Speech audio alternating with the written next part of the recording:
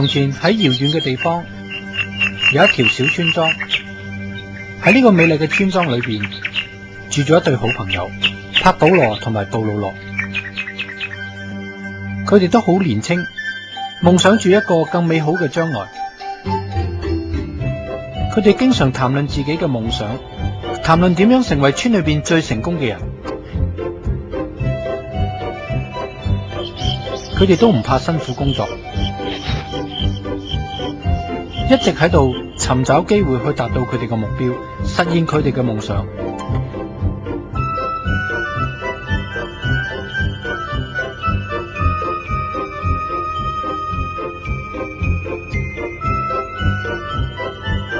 有一日，機會終於嚟啦。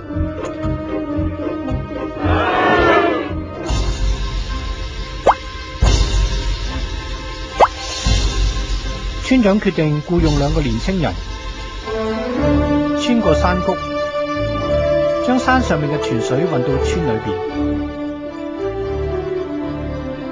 報酬按照佢哋運水嘅數量嚟計算。帕保羅同布魯諾非常興奮，馬上投入咗工作。每一日，佢哋由早到晚拎住水桶，來往於山泉同埋村莊之間。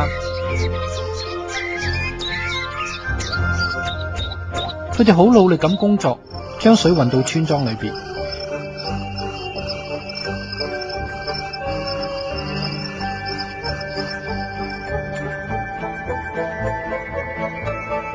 每日嘅夜晚，佢哋帶住當日嘅報酬返屋企。布魯諾好滿意呢份工作同埋報酬，佢好相信通過呢份工作，佢就可以實現佢嘅夢想啦。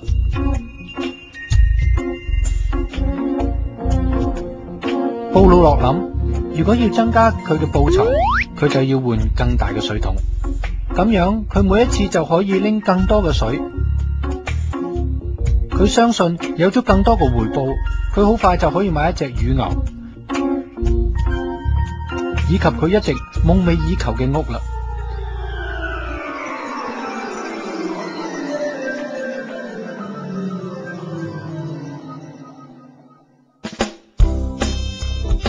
但係帕保羅並唔滿足於佢嘅報酬，每日返屋企之後，佢嘅背、手都好痛，而且筋疲力盡。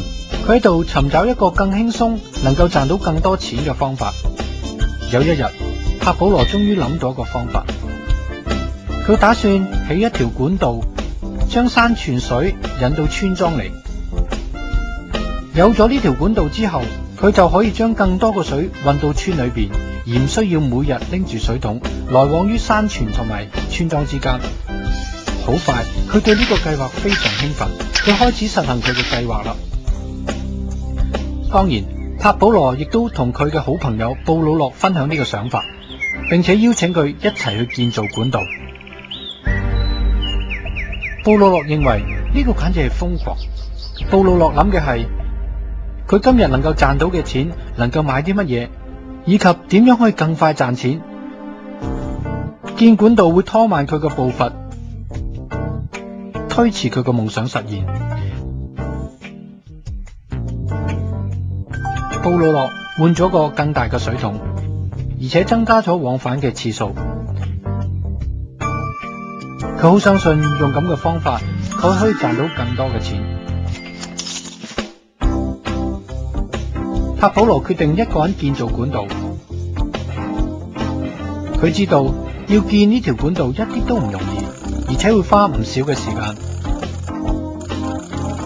帕保羅知道佢嘅管道可能要花幾年時間先至能夠完成，但係佢只係盯住自己嘅目標。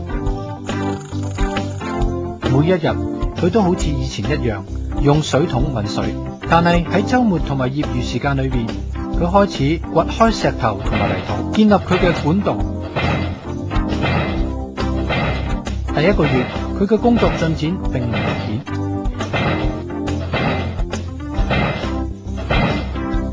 布魯諾同埋其他村民都喺度嘲笑佢，佢哋叫佢管道人帕保羅。喺呢段時間裏邊，布魯諾嘅報酬增加咗1倍，佢買咗乳牛，起咗更大嘅屋，佢嘅生活方式改變咗。工作之後，佢會到酒吧裏邊，用佢運水嘅收入嚟好好享受。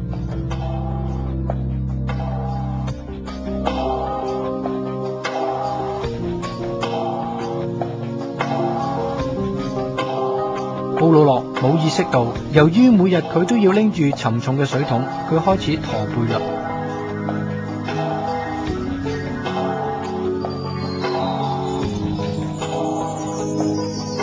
佢一臉疲倦，身體疲憊不堪。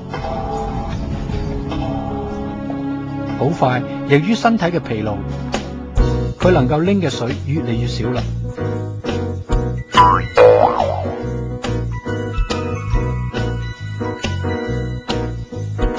而帕保羅仲係月復一月咁工作，好快1年過去，2年過去，帕保羅嘅管道終於完成咗啦。佢唔再需要用水桶去將水拎到村裏邊。而家帕保羅比以前賺到更多嘅錢，無論當佢瞓覺、食飯，抑或度假嘅時候，管道裏邊嘅水都喺度源源不絕咁流入村莊。由於佢嘅眼光、毅力同埋辛勤工作，水源源不絕咁樣流入嚟。而家只要有水由佢嘅管道流入嚟，佢嘅收入就隨之而嚟啦。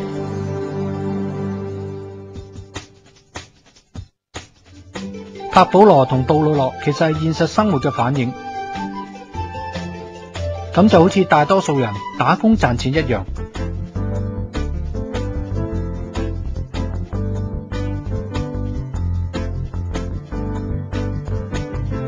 布魯諾通過拎水桶嚟賺錢，佢拎住水桶來往於泉眼同埋村莊之間，以換取金錢。要增加收入，佢一係就增加攞水嘅次數，一係就用更大嘅水桶。喺現實生活裏邊，呢個係一個好普遍嘅現象。我哋可以通過努力工作，從而賺更多嘅錢。例如加班或者揾份兼職，我哋可以換個更大嘅水桶，亦即係話接受一份更高收入嘅職位。咁意味住你要將更多嘅時間花喺工作上邊。我哋大多數嘅人都好似布魯諾咁樣，用時間嚟換錢。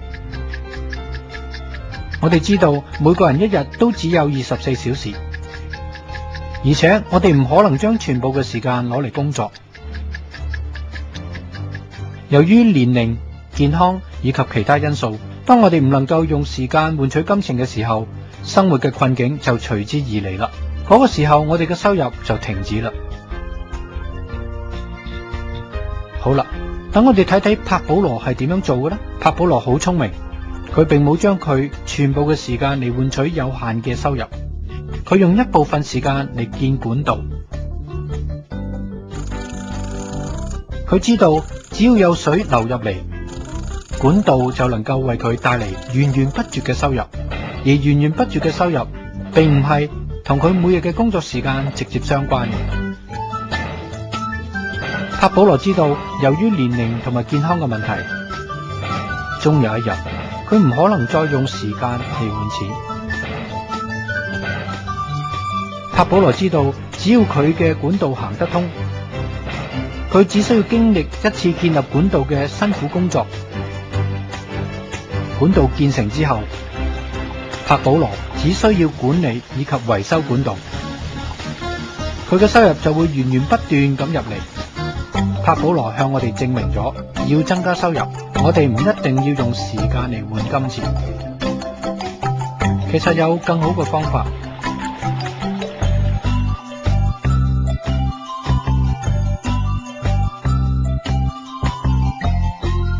咁你呢？你係好似布魯諾咁用時間嚟換錢啦，抑或你好似帕保羅咁建立同埋維修管道，以獲取源源不斷嘅收入呢？